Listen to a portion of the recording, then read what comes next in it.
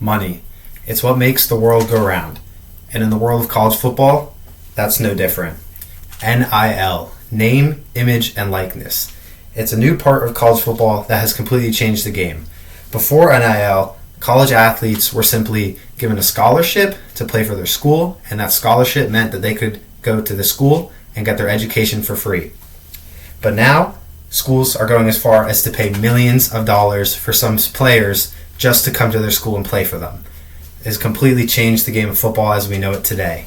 And according to On3, which is a credible ranking football website, players such as Arch Manning and Jeremiah Smith are getting paid upwards of $4 million by their respective schools to go and play football for them.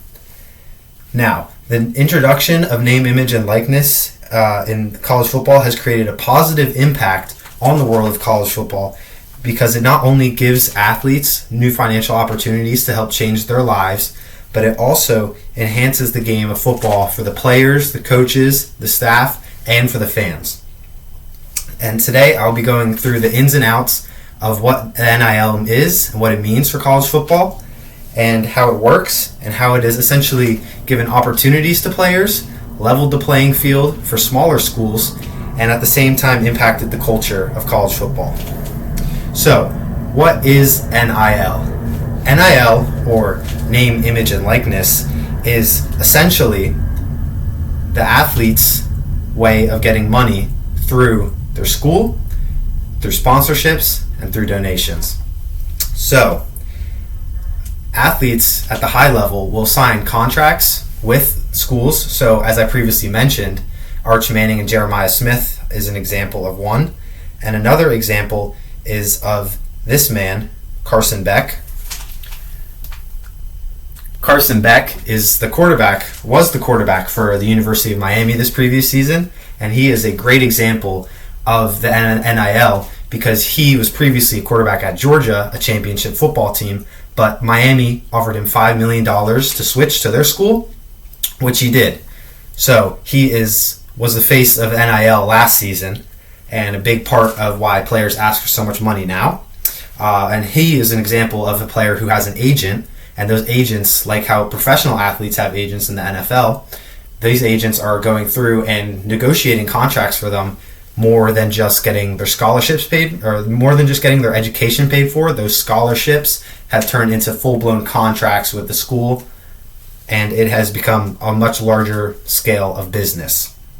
Now, athletes not only get paid through business deals. For example, some athletes sign deals with major companies such as T-Mobile or any of these big Raising Cane's type companies. They get the money from them to do their ads. Now, like I previously mentioned, the companies are not the only form of money and revenue that these players can get. As I said before, the colleges will now make contracts with these players to give them money to play for them. It's essentially like an NFL contract. However, it's not paying them to play on the team. It is paying them for the use of their name, image, and likeness, hence the name NIL. Now, the next point is a very positive point about the introduction of NIL is it actually gives smaller schools an opportunity. Now, at first, that might sound a little silly because, as I just said, big schools can just buy out players, but that's exactly that. Big schools have money, but also smaller schools still have money. The schools can now get money from donors, so famous alumni, and anyone who wants to donate money to them, they can do so. So, schools that previously were on a large scale with alumni can get the money from them, and then they can use that money to recruit these players who they might not have previously been able to get. And according to John Miller, a reporter for the Carnegie Mellon University newspaper, the interviews that they did with researchers say that they have a stronger shot at landing top-ranked athletes who are 4 and 5 stars, which is the grading scale that is used coming out of high school and during college for athletes who transfer. Those small schools are more likely to be able to land those players now that they have the opportunity to compete with these large schools because they have money now. Previously, schools were not allowed to pay their players anything legally. Some schools did, and they got fined for that, but they were not legally allowed to pay players under the table to come play for their school. So you had these big schools like Ohio State, Michigan, Alabama, Georgia, Florida, to name a few, who would just essentially get all the high-level guys coming to their school because they have a rich history of championships and winning, and that was what was attractive. But now the money is what is attractive to most of these players.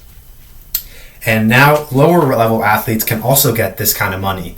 Whereas before I mentioned that these 4 and 5 star guys are getting money, these lower-level athletes can now get money too because they get paid just like everyone else. It's the same system for all players, so they do get money. It might not be on the scale of $5 million, but they still do get money. My next point is the fact that it has changed college football in a bit of a negative aspect, but it has changed it for good, and it might turn into a positive aspect. And culture is a big part of college football, and here's another example. This quarterback from Duke, Darian Mensah, he just signed a $10 million deal with the University of Miami coming from Duke, and they paid him out, but Duke had him under a contract, so it's going to a legal battle. And according to Barry Swallenberg in the article, How Has NIL Changed College Sports Like College Football?, he talks about how it has both changed positively and negatively for the culture.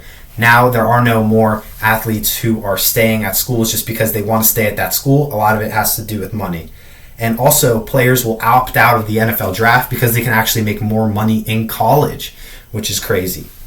So just to recap over what we went over, the NIL has not only changed college football, but it has changed the players' lives for the better on the whole scale. And with the addition of NIL in college football, there have been positive impacts on the game and the culture by giving these athletes financial opportunities that they previously would never have been able to get. And NIL is not something that is totally positive or totally negative. Just like anything, there are cons to both sides of it. However, NIL has been shown to have many more positive outcomes than negative outcomes, allowing players to earn money off of their name and continue to further their education while also improving their financial situation. Thank you. That was my speech.